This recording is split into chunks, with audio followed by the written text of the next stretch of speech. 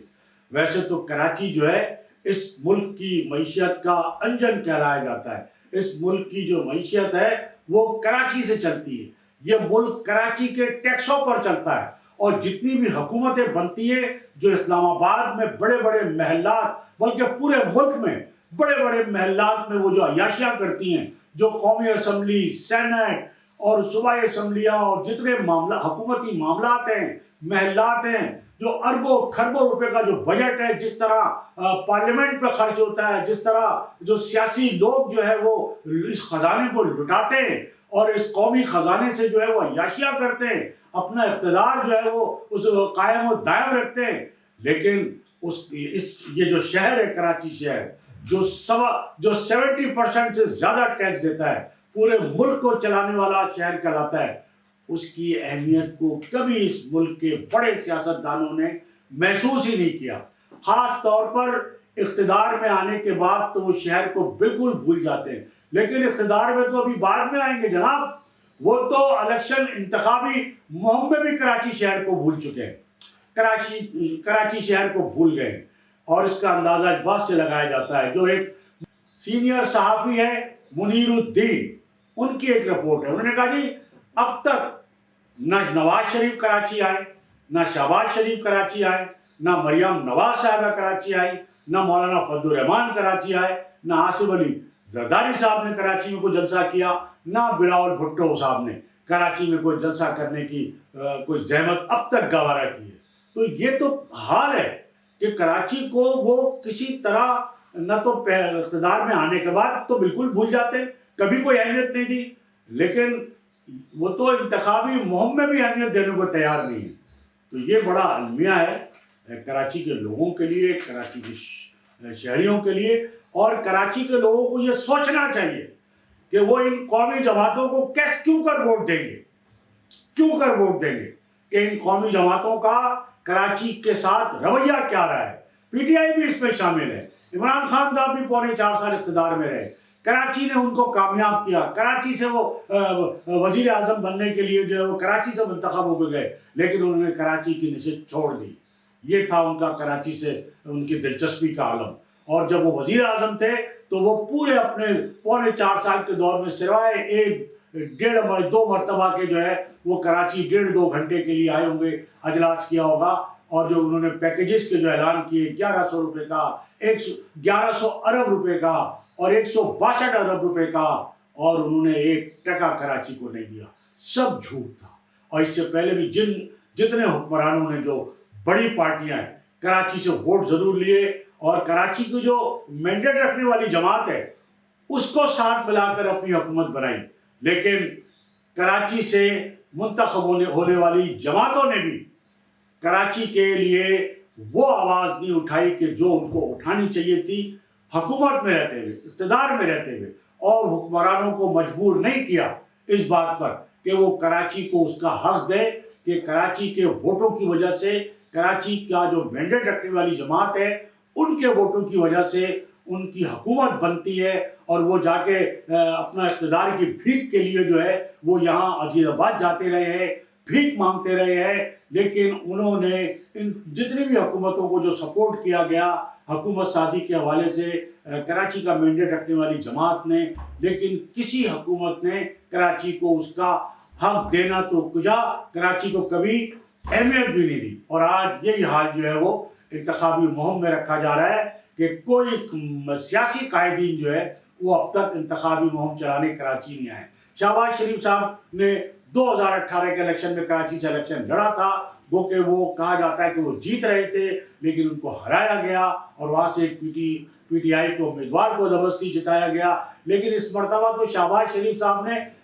وہاں سے دستبرداری کا اعلان کیا، نہ شہباز شریف صاحب وہاں سے الیکشن نہیں لڑ رہے۔ بلاول بھٹو صاحب جو کراچی کو اپنا بڑا قلعہ، یا لیاری کے علاقے کو، خاص طور پہ کراچی کے لیاری کے علاقے کو وہ اپنا قلعہ سمجھتے تھے، انہوں نے 2018 کے الیکشن وہاں سے لڑے اور وہاں سے انہیں شکست کیا ہوئی کہ وہ کراچی سے انہوں نے بھی جو ہے وہ الیکشن لڑنے کا اعلان نہیں کیا، نہ کراچی سے وہ الیکشن لڑ رہے، انہوں نے کراچی سے الیکشن لڑنا گوارا نہیں کیا بلاول بھٹو صاحب نے۔ اسی طرح کوئی اور بھی مولانا فضل الرحمان صاحب، وہ تو ظاہر ہے کہ کراچی سے کبھی انہوں نے الیکشن لڑائی نہیں، اور وہ لڑے بھی کیسے، وہ کامیاب ممکن ہے اگر وہ یہاں سے الیکشن لڑے تو ان کی ایک سیاسی اہمیت ہے کہ ممکن ہے وہ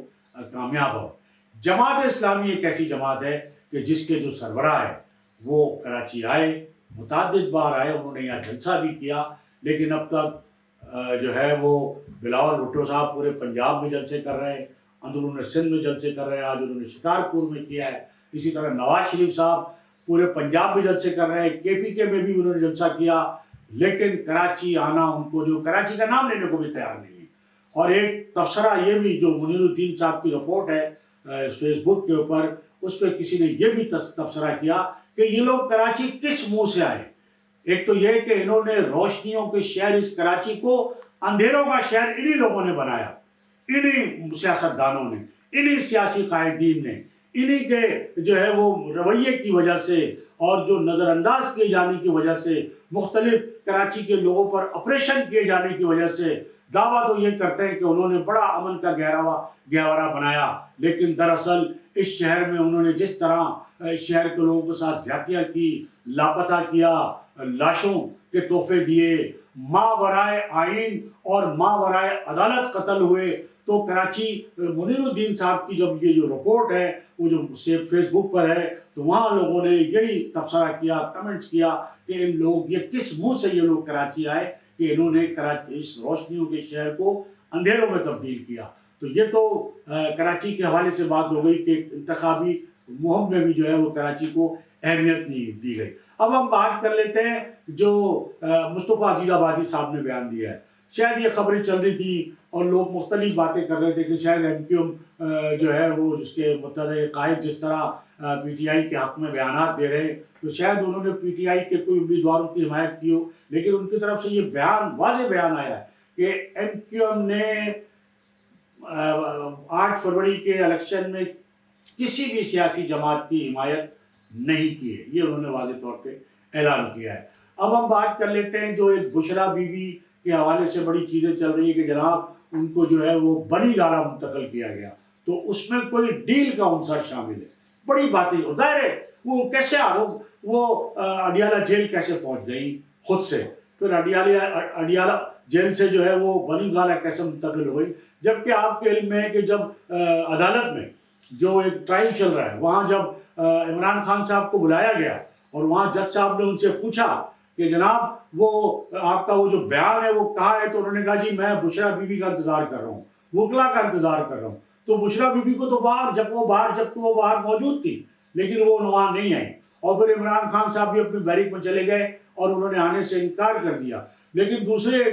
جو نکاح کا جو مقدمہ ان کا ایک اور جو چل رہا ہے، اس حوالے سے خاور مانیکا صاحب بھی پیش ہوئے، علیمہ خان صاحبہ بھی وہاں تھی، اور بتایا جاتا ہے کہ وہاں باقاعدہ طلاق بھی ہوئی ہے، اور وکلا اور خاور مانیکا کے درمیان جو ہے وہ باقاعدہ کوئی ہاتھ بھی اٹھایا گیا ہے، کوئی تھپڑ بھی مارا گیا ہے، مختلف باتیں سامنے آ رہی ہیں۔ پھر وہ علیمہ خان صاحب نے خاور مانیکا صاحب کے بیان پہ یہ کہا کہ جی آپ نے کیا گند ڈالا ہے، تو خاور مانیکا نے جواب میں کہا کہ آپ کی تو پوری نسل جو ہے وہ گندی ہے۔ تو یہ جملے ہوئے بڑے افسوسناک اس طرح کے۔ اور پھر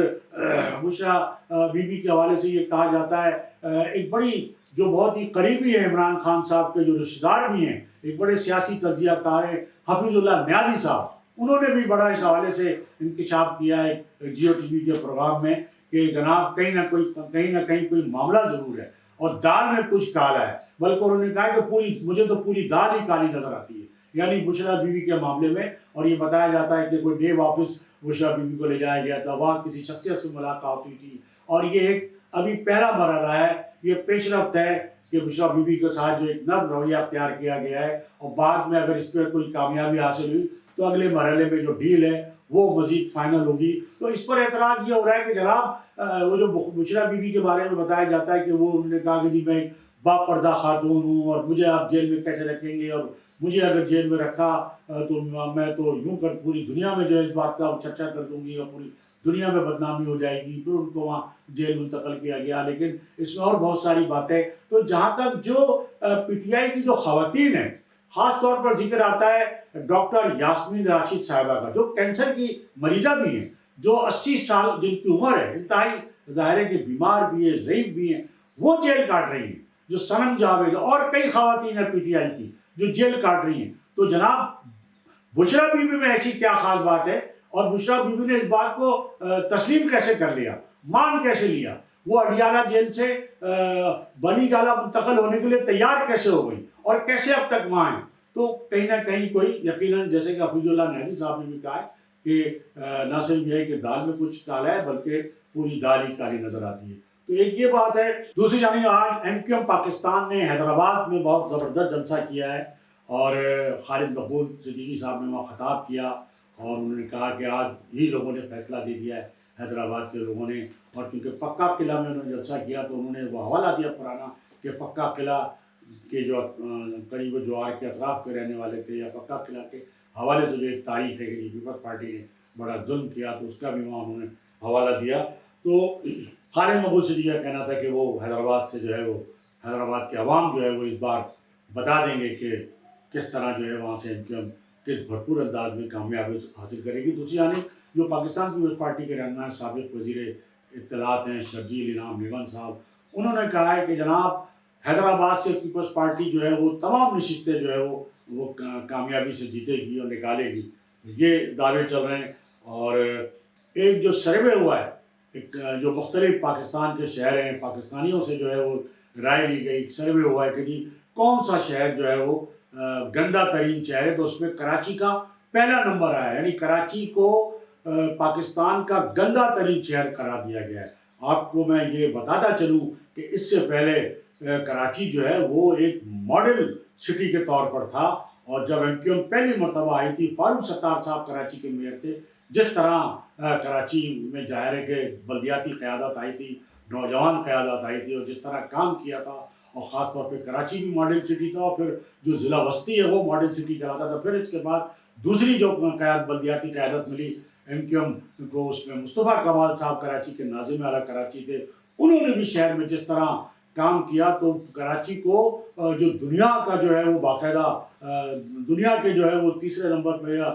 دوسرے نمبر پہ، اور کس طرح کراچی کے نمبر بنے تھے، اور کراچی کو پوری دنیا میں جو ہے وہ ایک مقام حاصل ہوا تھا مصطفیٰ کمال صاحب کے زمانے میں بھی۔ تو لیکن پھر جب ایم کیو ایم پاکستان کا تیسرا جو میئر آیا ایم کیو ایم پاکستان کے پلیٹ فارم سے، جب بلدیاتی قیادت تھی، وسیم اختر صاحب میئر کراچی تھے، اور کراچی کے ٹاؤن وہ جو چیئرمین تھے، اس کے ڈسٹرکٹ کے جو 3 چیئرمین تھے ایم کیو ایم پاکستان کے، تو اس وقت انتہائی ناقص کارکردگی ایم کیو ایم کی تھی، اور اس وقت کراچی گندہ ترین شہر جو ہے اس وقت ہوا جب ایم کیو ایم پاکستان جو ہے وہ بلدیاتی اداروں پر جو ہے وہ ظاہر ہے کہ میئر اور چیئرمین کے طور پہ تھی۔ تو آپ نے دیکھا کہ، اور ہم نے خود دیکھا تھا پورے شہر میں کس طرح گندگی، غلاظت کے ڈھیر تھے، خاص طور پہ بلدیہ وسطی جہاں ریحان ہاشمی چیئرمین تھے، ہم خود وہاں سے گزرتے تھے تو جناب وہاں پورے 4 سالوں میں کچرا نہیں اٹھایا گیا، بعض جو بلکہ زیادہ تر جتنی بھی سڑکیں تھیں، علاقے تھے، وہاں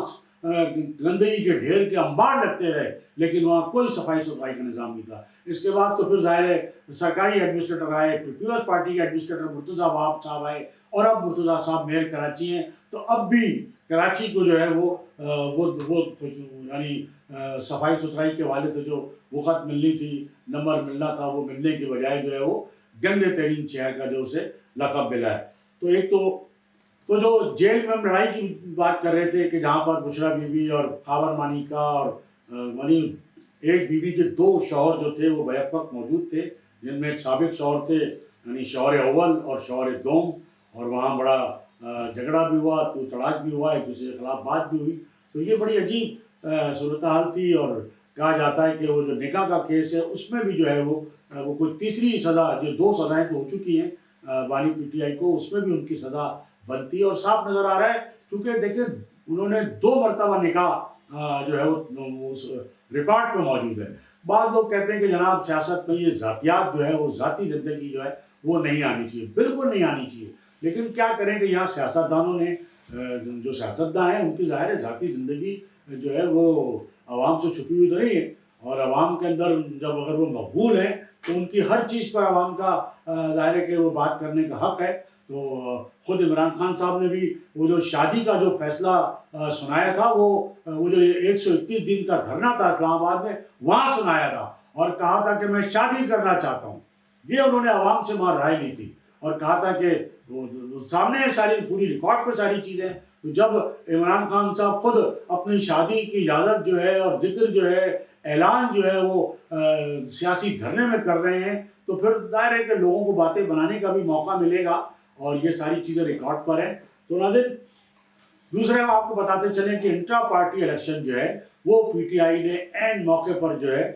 وہ بالکل ملتوی کر دی ہے. اس میں بہت ساری پہلے یہ کہا جا رہا تھا کہ اس لیے انٹرا پارٹی الیکشن کرائے جا رہے ہیں کہ 8 فروری کے الیکشن کے فوراً بعد جو ہے وہ جو آزاد امیدوار آئیں گے ان کو ایک پی ٹی آئی مظاہرے دوبارہ سے جائے گی الیکشن کمیشن میں اور اپنے آپ کو ثابت کرے گی رجسٹر کرے گی اور وہ جو آزاد امیدوار ہیں پی ٹی آئی میں آ جائیں گے تاکہ پی ٹی آئی ان کو جو ہے مخصوص نشستیں بھی مل جائیں کوئی نشان بھی مل جائے اور پی ٹی آئی کی بطور سیاسی جماعت اہمیت بن جائے. تو وہ بھی ان کا پلان جو ہے فلاپ ہو گیا ہے اور نہ جانے کیوں جو ہے انہوں نے حکمت عملی بدلی ہے. اور ایک جانب تو یہ کہا گیا کہ جی یہ اس لیے ملتوی کیے گئے ہیں بانی چیئرمین نے کیے ہیں کہ ساری توجہ جو ہے وہ 8 فروری کے الیکشن پہ لگا جائیں. ان کی توجہ بڑھ رہی تھی. دوسری جانب جو ان کے چیف الیکشن کمشنر رؤوف حسن صاحب ان کا کہنا یہ ہے کہ جناب جو اسلام آباد کا سیکریٹریٹ تھا وہاں راستے جو ہے بند کر دیے گئے تھے وہاں پہ جو ہے لوگوں کو وہاں سے لوگوں کو بھگا دیا گیا تھا آنے نہیں دیا گیا تھا اور سیل کیا جا رہا تھا پی ٹی آئی کا جو سیکریٹریٹ ہے مرکزی سیکریٹریٹ ہے اور بڑی مشکلات تھیں. ان حالات میں وہ کیسے کیا نام ہے انٹرا پارٹی الیکشن کرا سکتے تھے تو انہوں نے یہ وجہ بتائی. دوسری جانب انہوں نے ایک ٹی وی پروگرام میں یہ بھی کہا کہ ہم حکمت عملی ہمارے پاس ہے موجود ہم 3 چھوٹی چھوٹی جو جماعتیں ہیں ان میں سے کسی ایک پارٹی میں ہم جا سکتے ایک پارٹی کو ہم جوائن کر سکتے ہیں ان سے ہماری بات ہے. جب ان سے کہا گیا کہ جناب اس کا نام بتا دیں تو انہوں نے کہا میں نام بتا دوں تاکہ ان کے ذمہ دار جو ہیں وہ بھی اٹھا لیے جائیں. انہوں نے کہا کہ جیسے میں نے پہلے ایک ہماری کسی پارٹی سے بات ہوئی تھی چھوٹی پارٹی سے